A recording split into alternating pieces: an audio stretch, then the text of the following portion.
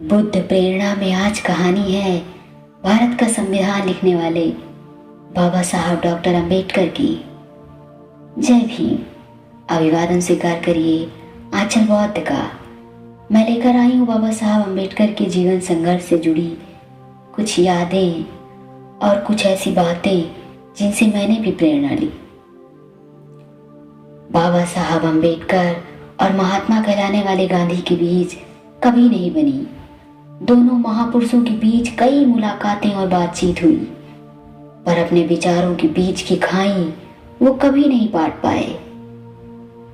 यहाँ तक कि आज़ादी की लड़ाई में भी बाबा साहब ने गांधी के आंदोलनों में उनका साथ कभी नहीं दिया। आज़ादी से 2 दशक पहले ही बाबा साहब अंबेडकर ने अपने अनुयायियों के साथ स्वतंत्रता आंदोलन से खुद को अलग थलग कर लिया। 14 अगस्त 1931 को जब गांधी ने बाबा साहब से अछूतों की दयनीय दशा को लेकर अपने झूठे बयान देते हुए कहा, डॉक्टर अंबेडकर, मैं अछूतों के हक और अधिकारों की लड़ाई उस वक्त से लड़ रहा हूँ जब आप पैदा भी नहीं हुए थे।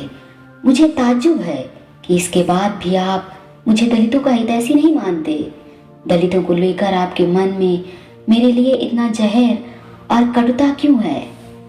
धनंजय जी ने डॉक्टर अंबेडकर की जीवनी doctor Ambedkar life in mission में लिखते हुए कहा, बाबा साहब अंबेडकर ने गांधी से कहा, आप अछूतों के शुभ चिंतक होते तो आपने कांग्रेस का सदस्य होने के लिए खादी पहनने की बजाय अस्पृश्यता निवारण को पहली मान्यता या शर्त रखी होती।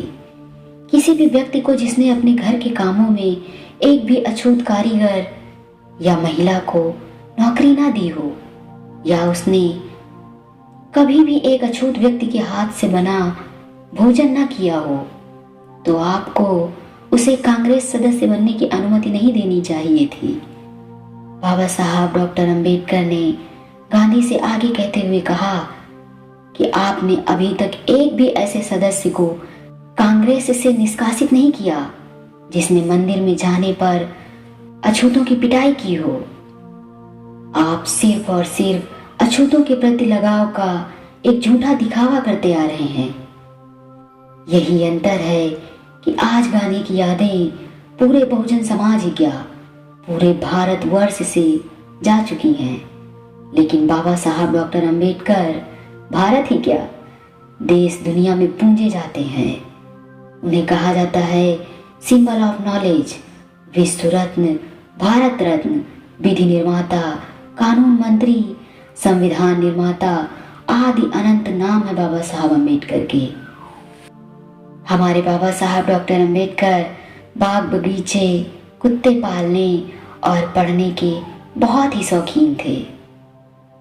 पूरी रात गुजर जाती थी पर पढ़ाई के आगे उन्हें नींद भी हरा नहीं पाती थी। सप्ताह में एक दिन वो अपने हाथों से खाना भी बनाते थे, क्योंकि ये भी उनका शौक था। और भी बहुत कुछ जानेंगे हम बाबा साहब से जुड़ी बहुत सी बातें जानने के लिए मेरे साथ बने रहिए अगले वीडियो में। बाबा साहब से जुड़ी और उनके जीवन से जुड़ी और भी बहुत सी बातें हम जानेंगे बुद्ध प्रेरणा के अगले वीडियो में। तो उसके लिए बने रहिए आंचल बौद्ध के साथ। नमो बुद्धा। जय भीम।